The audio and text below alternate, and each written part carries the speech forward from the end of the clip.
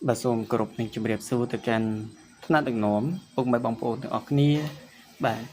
nước nông video nick xôm chạy rồng đấy ông bị rộp biếp nước nông cà bằng cờ lấy code UW goal សម្រាប់ឲ្យទៅកាន់សមាជិករបស់យើងបាទតើគេបង្កើតដោយរបៀបណាអញ្ចឹងជាជំហានដំបូងគឺយើងចូលមកក្នុង account របស់យើងដើម្បីអាចចូលទៅក្នុង account របស់យើងបានបាទយើងចូលនៅក្នុង app របស់យើងមកឬក៏ចូលក្នុង website ក៏បានដែរបាទអ្នកដែលយើងវាយនៅខាងលើនេះដាក់ថា wallet. ស្ងៀមបាទ .com មកគឺចេញមករបៀបហ្នឹងហើយអញ្ចឹងយើងដាក់ ID របស់យើងចូលមកបន្ទាប់ពីដាក់ ID របស់យើងចូលហើយគឺវានឹងចេញមករបៀបនេះហើយយើងចូលមក line 3នេះមកបាទយើងមើលមុខងារមួយដែលមានឈ្មោះថា UW business អញ្ចឹងចុចលើនឹងមកហើយយើងយកពាក្យថានេះពាក្យនេះបាទ genealogy tree អញ្ចឹងចុចលើនឹងមកអូខេអញ្ចឹងឥឡូវយើងចូលមកដល់បណ្ដាញកន្លែងមានសមាជិករបស់យើងឆ្វេងហើយនឹងស្ដាំណាបាទនៅខាងលើនេះគឺជាកន្លែងដែលយើងសម្រាប់ search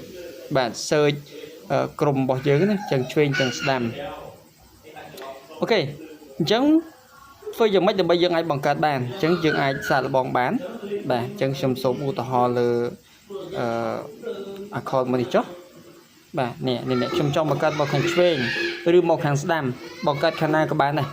អញ្ចឹងយើងចុចមកខាងឆ្វេងមកចុចមកខាងឆ្វេងហាច់អញ្ចឹងពេលដែលចុចប្រឡោះដែលសញ្ញាបូកនឹងគឺប្រឡោះដែលទំនេរអញ្ចឹងកន្លែងនេះគឺជាទម្រង់សម្រាប់យើងបង្កើតលេខកូដđấyអញ្ចឹងយើងនេះកន្លែងនេះគឺយើងដាក់លេខ10ខ្ទង់ដែលយើងចង់ដាក់អញ្ចឹងខ្ញុំសូមឧទាហរណ៍11 22 33បាទ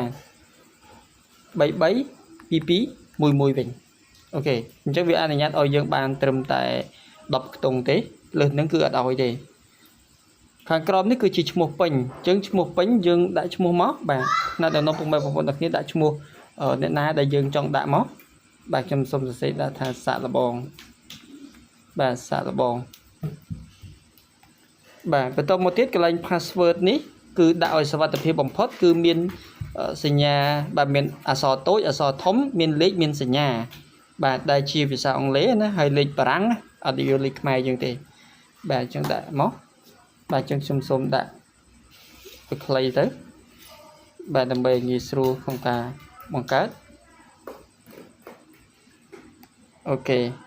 អញ្ចឹងបើមាន mail បាទ Gmail របស់យើងដាក់ Gmail របស់យើងចូលមកមានលេខទូរស័ព្ទបាទជាពិសេសគឺលេខទូរស័ព្ទគឺចាំបាច់ត្រូវតែដាក់តែម្ដងបាទចាំបាច់ត្រូវតែដាក់ណាបន្ទាប់មកទៀតយើងចុចបន្ថែមបាទយើងចុចបន្ថែម member មកហាច់អញ្ចឹងអូខេរួចរាល់អញ្ចឹង ID ដែលយើងបានបង្កើតតំបាញ់មិញនេះយើង refresh មកគឺនឹងឃើញនឹងកើតមកនេះនៅខាងឆ្វេងនេះដែលខ្ញុំបានបង្កើតបាញ់សាកល្បងមួយហ្នឹងគឺកើតតែអញ្ចឹង ID មួយហ្នឹងហើយនឹង password ដែលយើងបានដាក់ហ្នឹងអាចយកទៅឲ្យ member របស់យើងដើម្បីគាត់ប្រើប្រាស់បានចូលប្រើប្រាស់កម្មវិធី wallet មួយនឹងបានណាបាទអញ្ចឹងនៅក្នុងវីដេអូរបៀបនៃការបង្កើតលេខកូដនេះគឺខ្ញុំសូមបង្ហាញត្រឹមតែប៉ុណ្្នឹងទេបាទហ្នឹងហើយសូមអរគុណច្រើនហើយនឹងតាមដានជាបន្តបន្ទាប់អំពីការអាប់ដេតជាបន្តបាទសូមអរគុណសូមជម្រាបលាបាទ